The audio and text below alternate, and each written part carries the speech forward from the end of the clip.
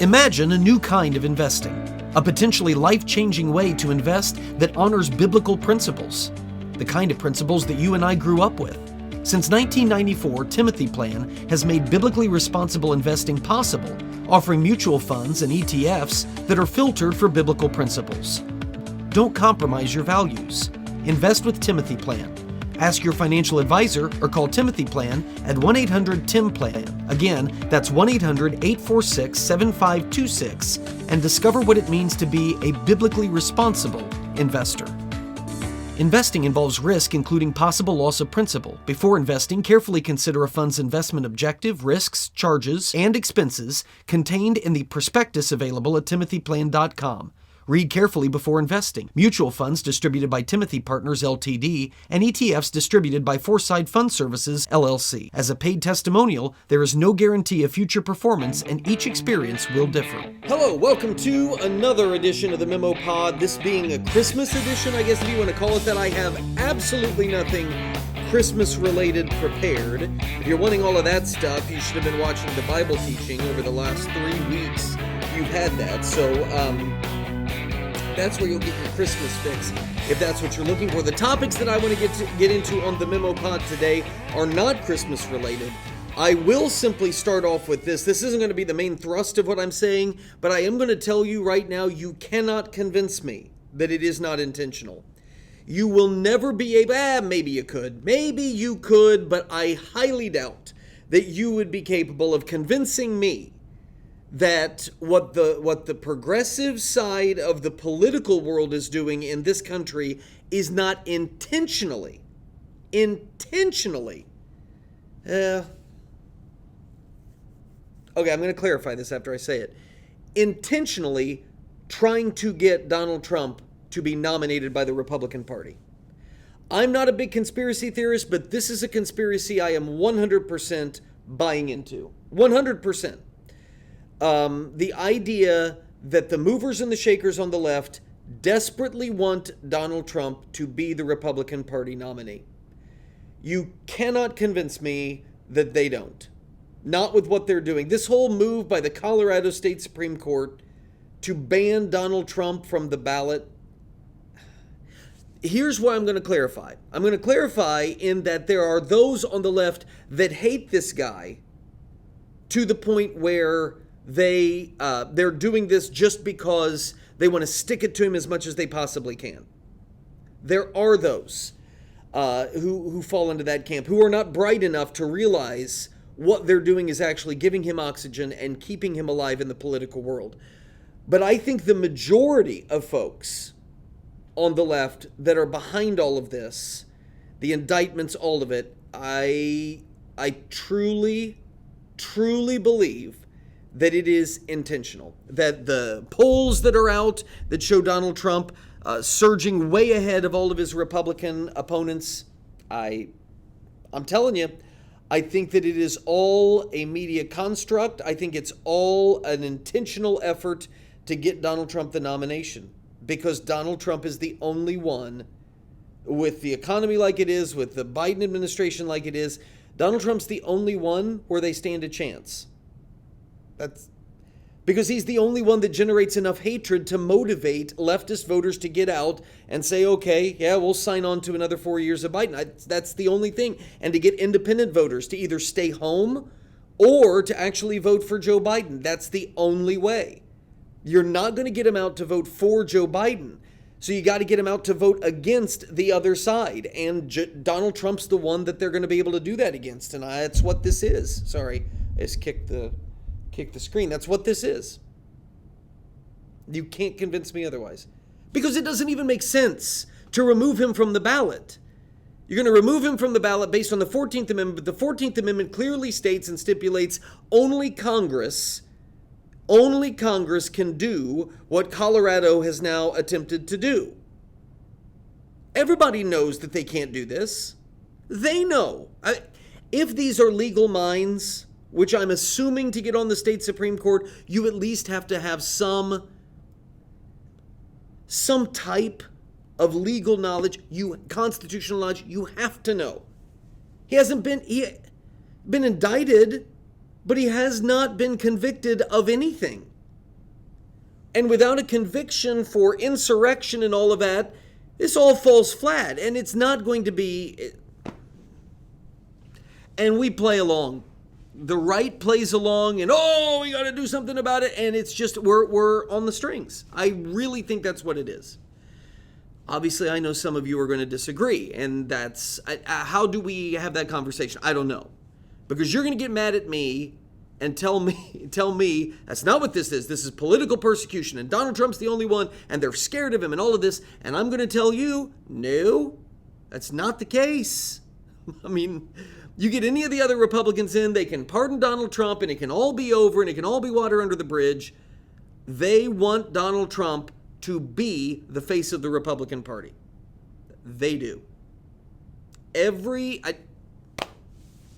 fiber of my being is convinced of that reality. And I don't know. I don't know how we progress from this point because... So many of my friends on the right are completely pulled in by this, and we got to stand firm and we got to defend. And by the way, I'm not suggesting that what they're doing is right. I'm not suggesting that we let it go. I'm just suggesting that we don't play their game. And that's where I think we're going to end up. So... It's kind of this helpless feeling that I have, like you're watching a slow motion train wreck and you see it unfolding. Or that hypothetical situation where you know a disaster is going to happen. Like you've gone back in time and you're trying to warn people about the Hindenburg disaster, but nobody's going to believe you. What are you going to say? Oh, I'm from the future. That's kind of how I feel. Like I can see the future. I know what's coming. And you say it, but you can't convince people. I'm not saying that I've done time travel. I haven't. But I feel like in some ways that I actually have. I don't know. It's like you see it all unfolding in front of you. So anyway, that's what I just wanted to start by saying, that I can't, you can't tell me it's not all intentional. But this is actually where I wanted to start this week. Last summer, and I'd forgotten about this encounter until something just happened. Last summer, I ran into a former high school classmate of mine. Now, I'm not going to use his real name because I went to a fairly small high school. I mean, for some of you, it's a big high school because I had 105 in my graduating class, thereabouts to 100, somewhere in that range. So for some of you, that's a very big graduating class. For others of you, you're like 100 people. Like you probably knew everybody's name. Right. Yeah, I did.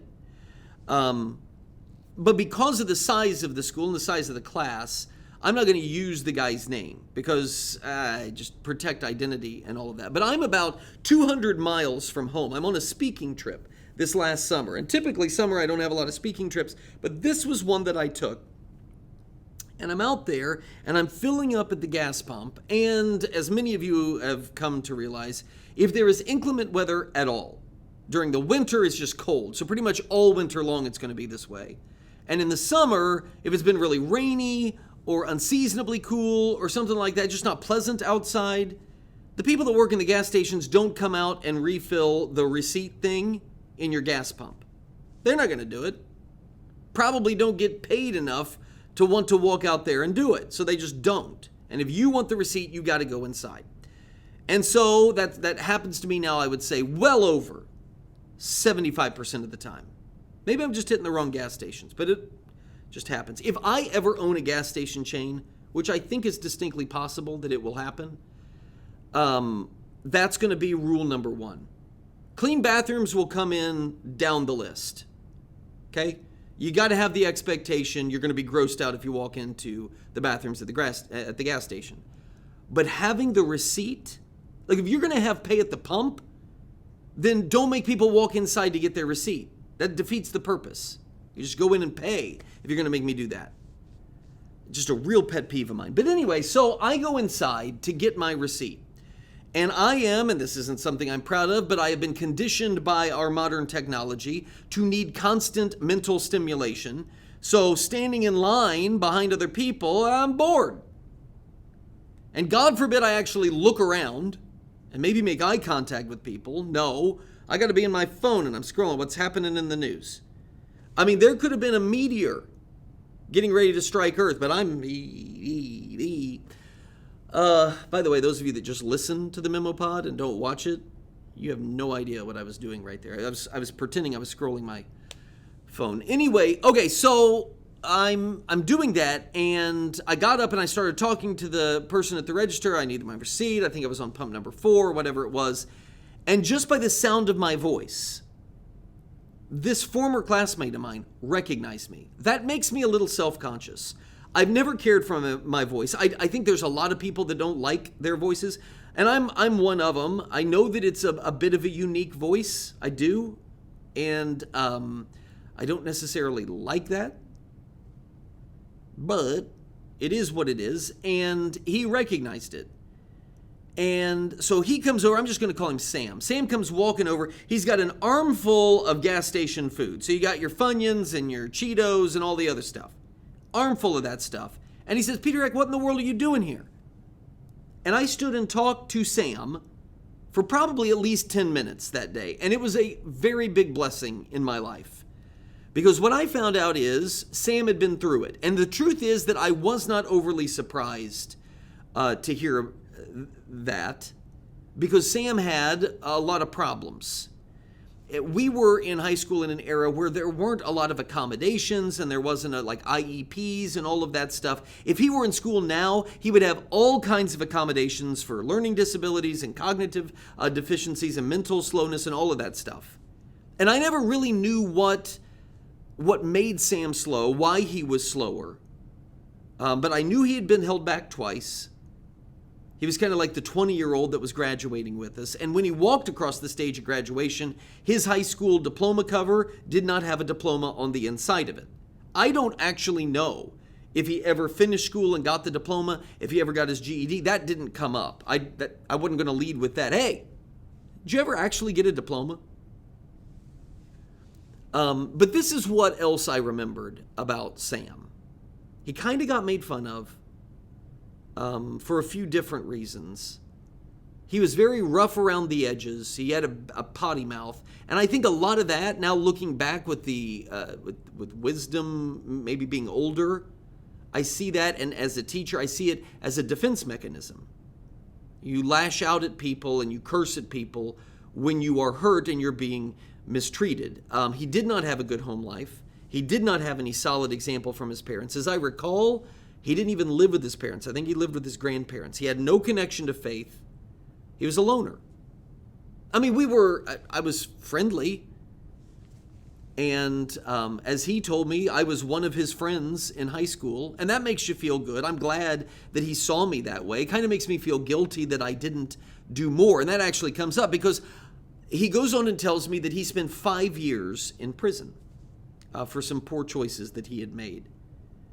Honestly, I wasn't shocked. I mean, I was like, oh my gosh, holy cow, what happened? But I wasn't overly surprised. You know what did surprise me, though? Was when he said, while he was serving time, those 5 years that he was in prison, he had found Jesus, or Jesus had found him, however you want to put it. That one of the prison guards had encouraged him to go to the Bible study that met like once a week. There was a local church, and they would come in and do the Bible study. It was something different for the folks in prison to do, for the inmates to do. They ought to go to that. Might be good for you. And Sam had gone, he'd heard the gospel of Jesus, and he made the best decision of his life. And when he's telling me all this, I was just ecstatic about the whole thing. And I remember I apologized to him. And I was like, I'm sorry, I didn't do a better job in high school of being a better example of Jesus, of talking to you about Jesus, or even inviting you to church or anything like that. And he made me feel better. He said, well, it wouldn't have mattered where I was at that point in time. My heart wasn't open to God, so it didn't matter. But now, I mean, this dude still struggles with stuff. He still has anger issues and self-control. The passions that led him to prison the first time, they haven't disappeared completely. But he says he works every day to make them obedient to Christ. He now belongs to Jesus. Doesn't mean he won't ever make mistakes, but he now belongs to Jesus. And I'd forgotten about Sam until just, I don't know, like a week ago. My social media feed started getting flooded. You're going to wonder how in the world this has anything to do with it. With comments that have been made recently by Dr. Anthony Fauci, Dr. COVID. Fauci just recently did an interview with the BBC. And in the course of that interview, where they talked about a lot of stuff, about why he has security now and the threats against him and all of this stuff, which you actually do feel bad for the guy. But he talked about his lapsed Catholic faith. That he was a Catholic, but he wasn't a practicing. Let me play this clip for you. This is the portion of the interview that I saw repeated and reposted and all of that stuff online a number of times that actually brought my encounter with Sam this summer back into my mind. I'll explain how. This is what was said. There's Dahlgren Chapel where Chris and I were That's were where married. you were married, right? Yeah. It's beautiful. Yeah, it's really nice. Do you still go there? No. You don't practice No, anymore, do you? I don't, no. Why? A number of complicated reasons. Go on. We have a whole corridor. First of all, I think my own personal ethics on life are, I think, enough to keep me going on the right path.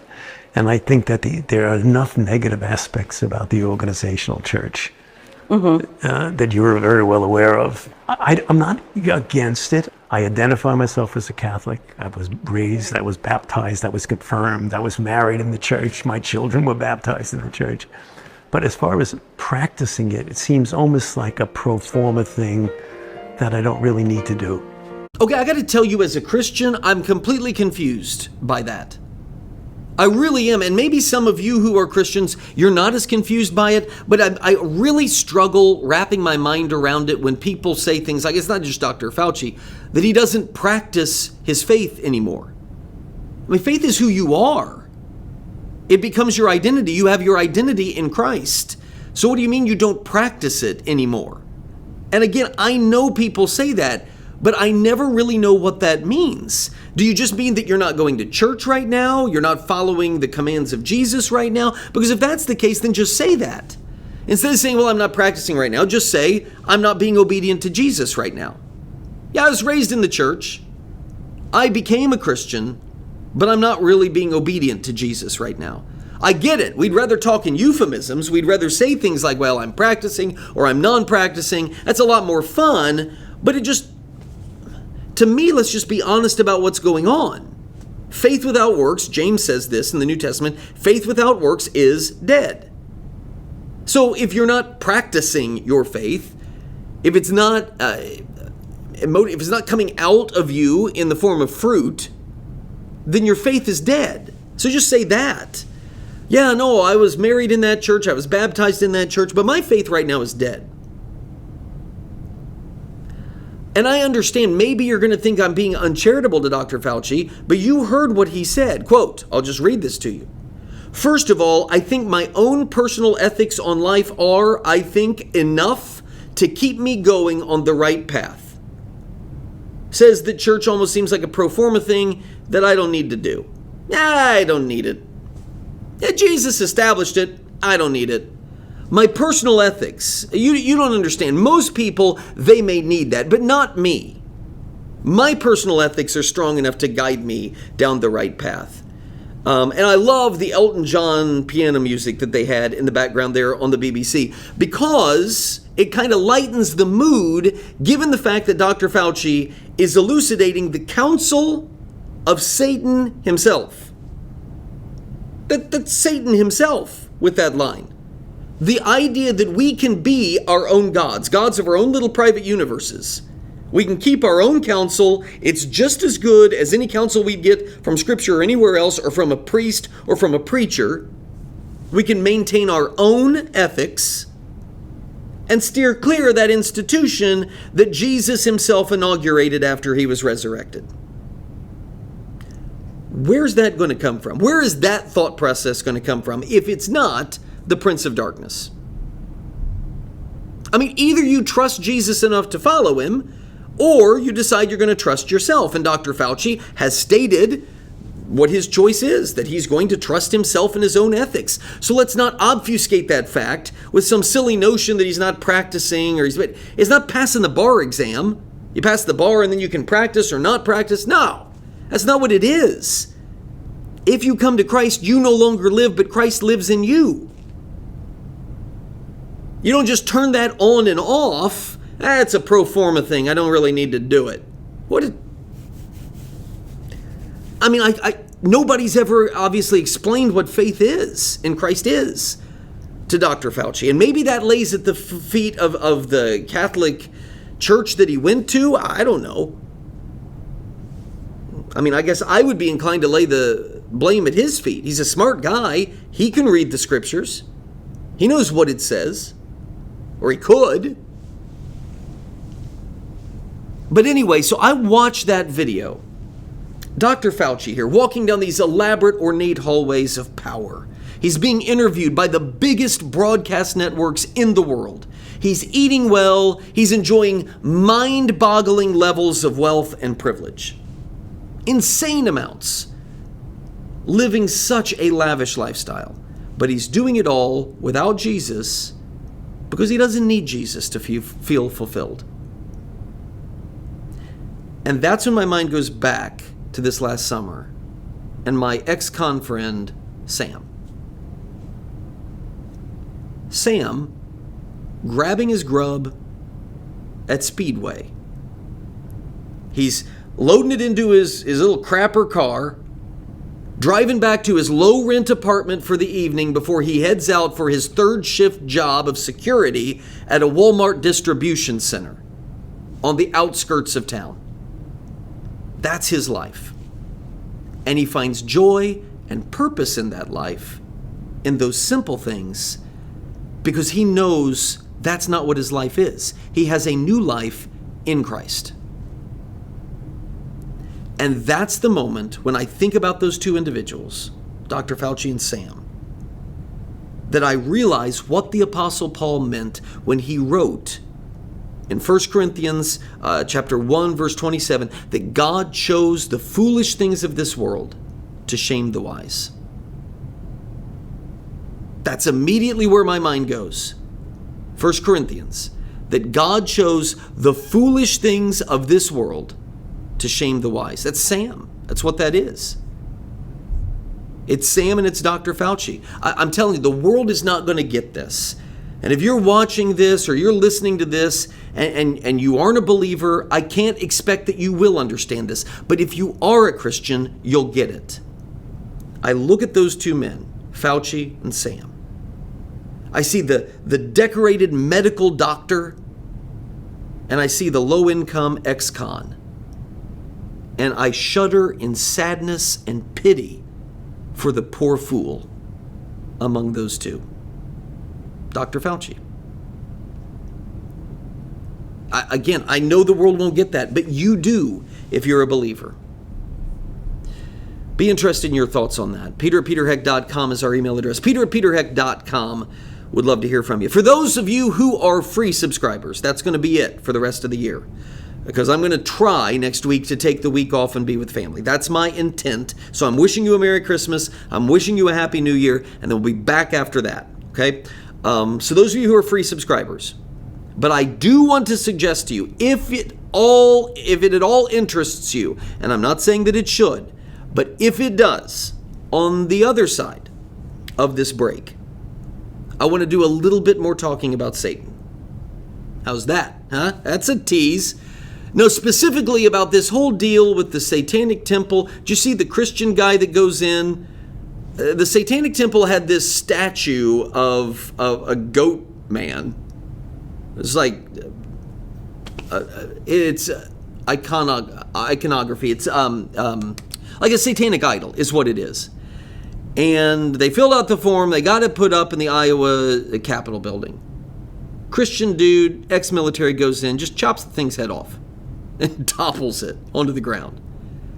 I got thoughts on all that. A lot of people had thoughts. And I got thoughts about their thoughts. And then I'm interested in your thoughts. But I want to try to look at this from a biblical, from a Christian perspective. Was the dude right in going in and doing that? Does it matter that it's a statue? Is this something that we're supposed to respond to? There's a lot of takes out there, and I want to give my take on the takes. How about that? But I'd also be interested in yours.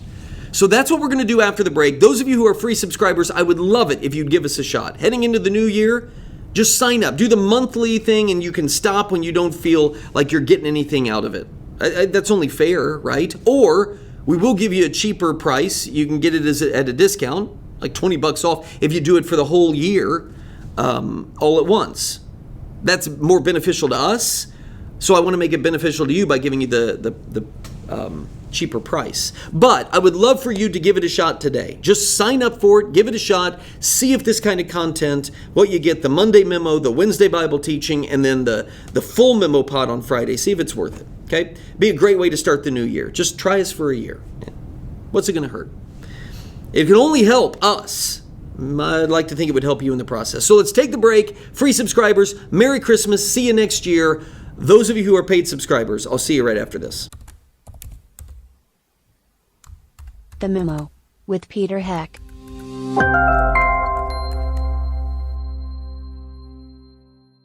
Please patronize and thank all the sponsors of the Heck podcast, including McGonagall's Buick GMC, Terrell's Auto Service, Norris Insurance, Stevens Machine, Creative Financial Center, Indiana Right to Life, Tri-Green Tractor, the Indiana Family Institute, Hartman Family Farms, Liberty Financial Group, the Wyman Group, and J. Watson Creations.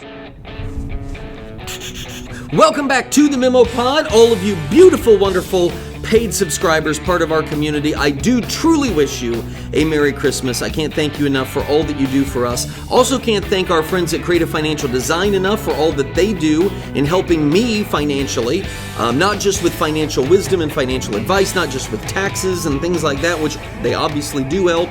That's why I love them, but also with investments, investing my money in a way that does not offend my convictions as best as I can, making sure that money is not tied up in, and my nest egg, my financial retirement package is not predicated upon the success of organizations and businesses that war against my values. It's a nice thing to be able to do, and Creative Financial Design will help you do that. So check them out. There's a link in the email that I sent you. Okay, in case you missed it this last week, there's this small little outfit called the Satanic Temple. They get an inordinate amount of press, but it's a pretty small organization. They're called the Satanic Temple, and they won the right on religious freedom grounds, no less, to display a statue of Baphomet,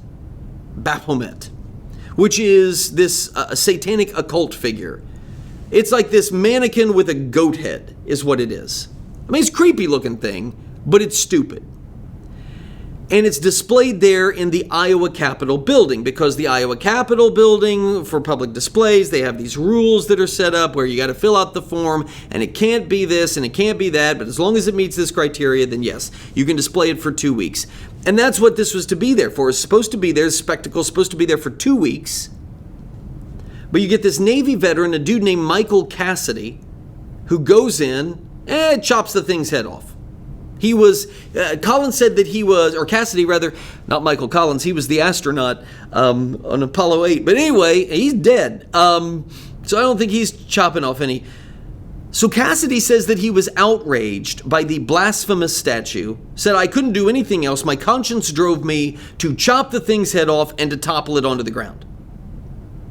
Now, because we are controversy obsessed as a general population, this weird scene makes it into the national news and the national conversation. Of course it does. Everybody's weighing in with an opinion.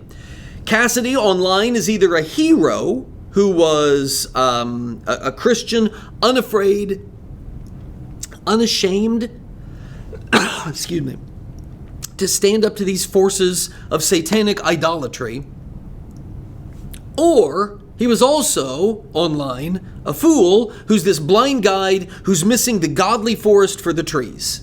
You're chopping heads off of statues, but you're not actually doing anything to help people become believers. But I got to tell you, there was something I noticed. Yeah, I've got this eclectic array of social media users that I follow. And then I get a bunch of them that algorithmically, because of the things that I'm interested in, they're recommended to me that some of them I would agree with and others I don't. Here's what I noticed. There were a ton of progressives, primarily progressive Christians, who were really ticked off that an apparent conservative Christian would desecrate this harmless ram statue. Here's Dr. Kevin M. Young, progressive Christian, professed. A Christian destroying the display of another religious or irreligious group is about the most anti-Christian thing imaginable. The most anti-Christian act imaginable? Really? I mean, your imagination really needs some work if that is the limit to your understanding of anti-Christian things. A Christian going in and chopping off the head of a satanic idol is the most anti-Christian thing you can imagine? Like, I don't mean to be, but like, isn't murder? Destroying a being made in the image of God, isn't that more anti-Christian than destroying an inanimate object? I mean, that doesn't even make any sense. That's what I mean when I say we're just controversy obsessed. Everybody's got to have an opinion, and they got to say really dumb things just to be different. Then there's this guy, Pastor Ben Marsh, who really got worked up about this. I mean, half of his timeline that I'm looking through is about this stuff. Here's some of what he wrote. The funny part about the satanic idol is that Christians are treating it like it has more power than the Satanists are. Then he posts a little bit later, like a good fundamentalist, I am locked and loaded with my BB gun, shooting at every blow-up Santa I pass today because real fundamentalists know the real Satan this Christmas season. And then it's got a blow-up Santa Claus.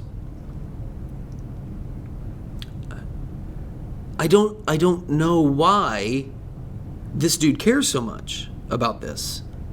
He follows that up just a little bit later. Breaking, he writes, I was arrested at 2:43 a.m. today as I completed my fourth Santa decapitation of the night with my replica Narsil from Lord of the Rings. I don't know what that means. I've been charged with destruction of property, fourth-degree mischief, and giving a false statement because I gave the name Strider. Okay. I mean, you just see all of these reactions to all this on his timeline. Pastor Ben was very worked up about any Christian who's out there pleased to see the goat dude demolished. Like if you were a Christian and you commented that, yeah, well done, Mr. Cassidy. Thing was freakish.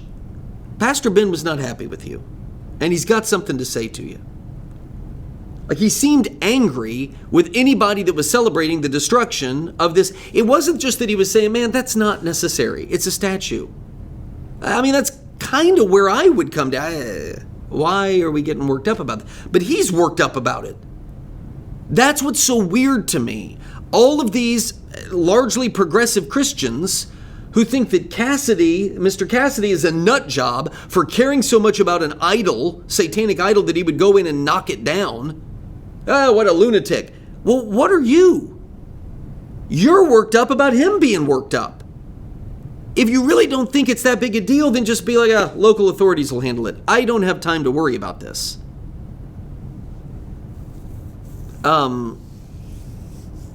There's just so much trouble in the world.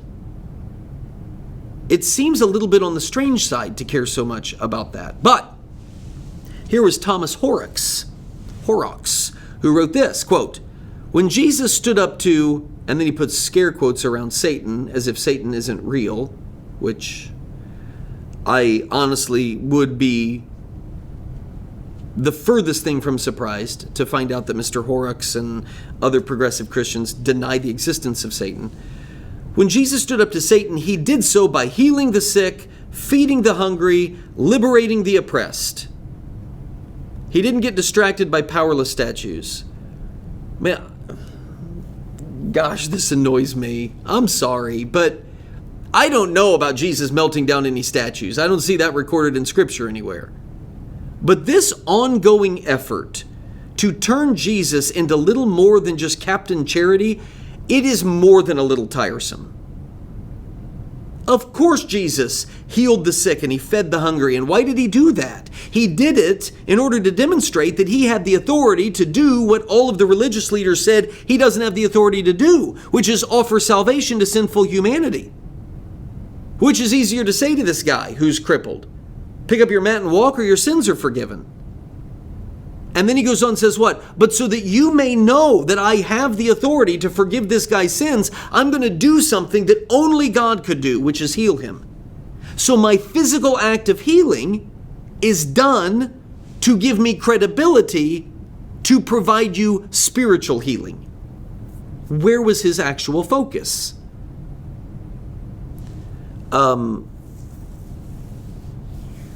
Those caught up in sin, those were the people that Jesus, those were the oppressed people that Jesus lived and died and rose to liberate, Mr. Horrocks.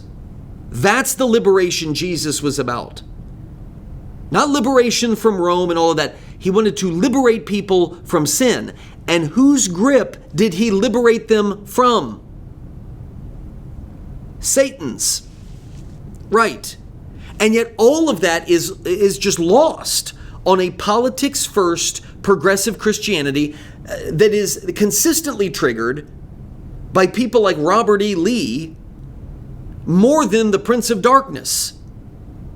Mason Meninga, who fancies himself a comedian, progressive Christian comedian, writes this: evangelical men won't tear down statues of people who own slaves, but they will behead statues of Satan. LOL. Yeah, Mason, I don't think that's quite the point that you were hoping it would be. Obviously, slavery is an abomination, and to the degree that the Confederate statues are lionizing the legacy of slavery in America, makes total sense why a Christian would be in favor of seeing those things come down. But Mason, who is the ultimate slave owner? Who is owning not people's physical bodies, but their eternal souls? And whose corruption and wickedness spawned the horrors and the inhumanity of physical slavery in the first place? And if you need a hint as to who that would be, take a look at the beheaded goat man. And that's why I'm not sure why all of this needs to be so hard. So let me just go through where I am on this, and then you can let me know where you are. But this is what my take on the whole situation. First of all, it is absurd to me that we are this dumb as a culture, where we believe that as a civil society, we have to be so committed to the vanity of pluralism that we're obligated to pacify Satanists when they demand equal representation in public displays. Well, you can't really tell them no. Why not? Yeah, insofar as you're not going to be imprisoned for your satanic devotion, enjoy the free exercise of your faith. But the Constitution does not require that your fake temple's commandments are going to get equal billing with the ones from Sinai in the public square. There's no such requirement. The second observation I would make, from my best understanding, and I will grant you, I don't know a lot about the Satanic Temple and the people that run it. I don't really care enough to know about them. I'm not in their area. I don't have any relationship with them. So it's really whatever. But the best that I can figure, these people aren't really Satanists. They're atheist trolls is what they are. They don't really worship Satan because they don't really believe that he's real. They're like Thomas Horrocks and other progressive Christians. They don't really believe in Satan. And so why do they do these things? Well, they do them for two main reasons. Number one, they're wanting to win these spacious legal rulings from courts who are confused because they're hoping to diminish the influence of Christianity, stick it to Christians. And the second is just that. They want to provoke and distress Christians to the point that they react. And in that way, I believe the state of Iowa got played, and the Christians who have obsessed over all of it, they have gotten played too. That's my second observation. The best thing this deserved was a yawn. First of all, it deserved to not be approved for public display. There's no need to approve a satanic display. There's no such thing as equal time and all of that. Stupid. Constitutionally speaking, I'm not saying that the courts and case law haven't established that kind of stuff, but whatever. Number two, just yawn. This isn't worth the controversy that we've made it. Number three, it seems like, and maybe I'm wrong, but it seems like we just went through a season of statue toppling where monument desecration was all the rage. And it was all justifiable, if you remember this, because the people who were in the statues, the statues were people who were bad dudes, and therefore it's fine to go out onto public property and to wrap a noose around the neck of the statue and tie it to your vehicles and rip that thing down. It's fine to climb up on it and spray paint it and chisel it away. That's fine to do it. The authorities did nothing to stop it. It's totally justifiable because those are bad dudes. You remember all that? It hasn't been that long ago. Is that now off? Are we no longer doing that? Because it seems like if yanking down statues of bad dudes is something that we celebrate, and we certainly don't punish as a society, shouldn't Satan rank pretty high on the list of unpleasant historical figures?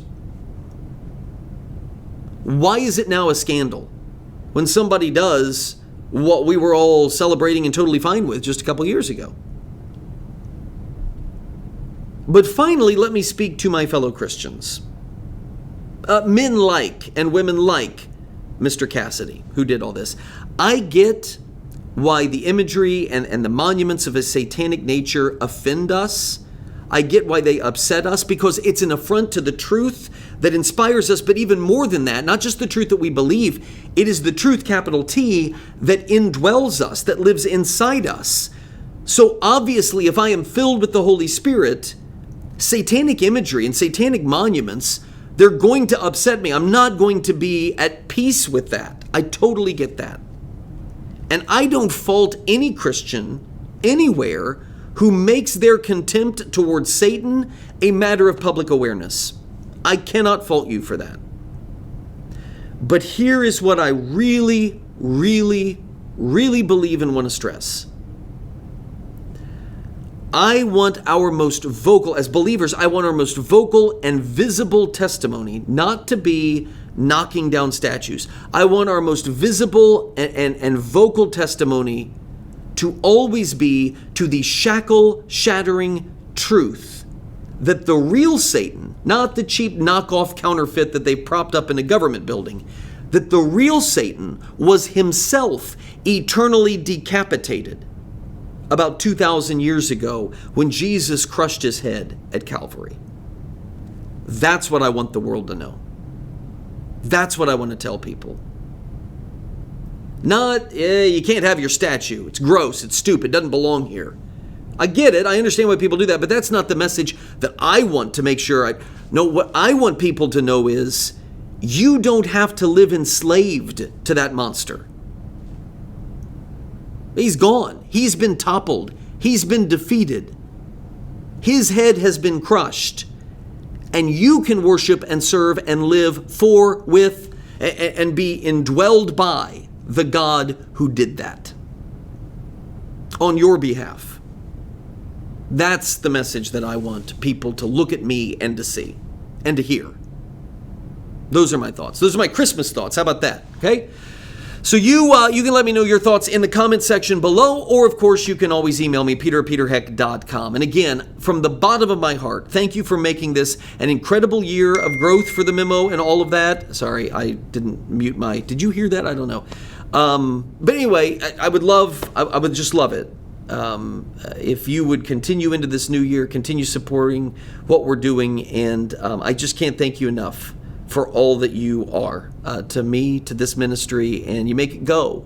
And I hope it's been a blessing to you this year, and I hope it will be next year too. A lot of cool things on the horizon.